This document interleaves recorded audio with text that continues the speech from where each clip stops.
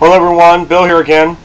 One of the things I wanted to do with this video, of course, was to talk about the Gnostic Gospels or Gnosticism. Now, this is one of the things that have plagued the church since even the Middle Ages and even before that. So I wanted to address this issue. One of the more recent incarnations of Gnosticism, of course, was with Dan Brown's book, The Da Vinci Code, which was the movie, I guess, did okay. I never saw the movie. And I read several books against, of course, the Da Vinci Code and how it exposed the Da Vinci Code and how it's just basically the Gnostic lie reintroduced again into the world society. So one of the things I want to address was what exactly, or why exactly was the Gnostic Gospels that are out there, why were they excluded from the traditional Bible that we use? And here it is. Actually, it's on 3 separate bullet points. The first one, of course, is church history. Many people don't realize this, but in the Vatican, and even Protestants have to acknowledge this, they have a very detailed history of the Christian church, even going back to, the 1st century. And one of the things, of course, is that they have a list of all the bishops, all the deacons, and everything else. But what is not commonly known is they also have a history of their personal writings and what they had to deal with. And then, of course, all the way right through the 3rd, the 4th, 5th century, and then to the modern day.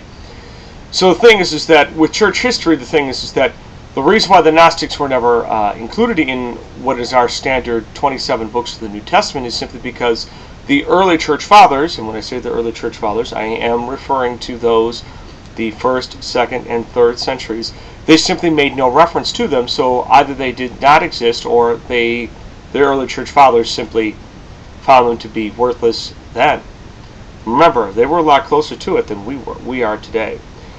Also, sermon histories, which is common today where many ministers can download a sermon off the internet. Unfortunately, that's not a new idea. Many times a prolific bishop, deacon, whatever, priest, what they would do is they would write out their sermons, and of course these sermons, many of them, have survived to this modern day. And of course what they would do is they would, in their sermon, they would comment on a book of the Bible, like Genesis, maybe the Psalms, one of the prophets, Isaiah, Ezekiel, Daniel, Jeremiah. But they would also, of course, comment on what we know today as the New Testament. Matthew, Mark, Luke, John, Acts, Romans, and so on. Okay, so when the early church fathers, if they simply did not mention what would be deemed later as a Gnostic gospel, they simply did not include it. So that's another reason why the Gnostic Gospels were never included in what our New Testament is today. Then, of course, here's kind of an odd twist. There is secular history. One of the things that you will find very quickly in secular history, of course, is that, the Bible, due to many atheists would believe, the Bible has been in perpetual print since its beginning. When Moses started putting it down, of course, it's been copied, recopied, and of course we have many of these old copies. We have copies, okay, and I'll just use the common one. We have the Latin Vulgate. Now, granted, it's not the best translation out there, but nonetheless, it was the entire, what we now know today as the Christian Bible, Genesis to Revelation. It was there. Now, when that was put down by Jerome, that was in 405 A.D., so it was pretty much codified and agreed upon what the New Testament would be by that point. And of course, we have other writings preceding the Latin Vulgate, of course, in the original Hebrew and Greek. So the thing is that when people want to say, well, why wasn't this added into the canon of the New Testament, there are many reasons. And of course, those were the historical and the main bullet points.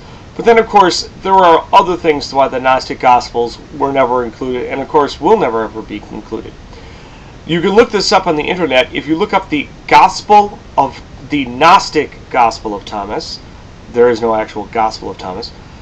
If you look up the Gnostic Gospel of Thomas, you will very quickly see that there are many elements in there which simply is contrary to the Christian faith as a whole. Even to the Jewish faith, it would be contrary to the Jewish faith. And here's another thing. There are several acts, Gnostic gospel acts of Peter. Okay? And here's an excellent example. See if you recognize this story. In one of the Gnostic Gospels of Peter, or the Gnostic Acts of Peter, you will find that he was walking along and he came across a lion that was injured. He walked over to the lion. The lion didn't attack him as a free lunch. Okay. Peter prayed for the healing of the lion. The lion was instantly healed and the lion walked off. Okay, and Peter was later captured by the authorities of the time and was sentenced to the Colosseum to be eaten by the lions. They released a lion, and lo and behold, it was the same lion that he healed. The lion would not eat him. Does that sound a little familiar to you? Well, if it doesn't, look up Esau's fable and Andocles and the lion. If you remember the story of Andocles and the lion, what happened? Andocles came upon a lion who had a thorn in his paw. Andocles took out the thorn. The lion was so grateful and did not eat him. He walked off. Later, Andocles was arrested and was going to be fed to the lions. When they released the lions, Andocles discovered that, wait a minute, it was the same lion that he removed the thorn from, and of course the lion did not eat Andocles. Sounds familiar? So many of these reasons, and of course, again, when you look at some of these Gnostic Gospels, they simply do not follow the standard Christian faith or even the Jewish faith.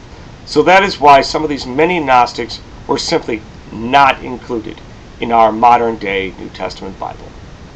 Thank you.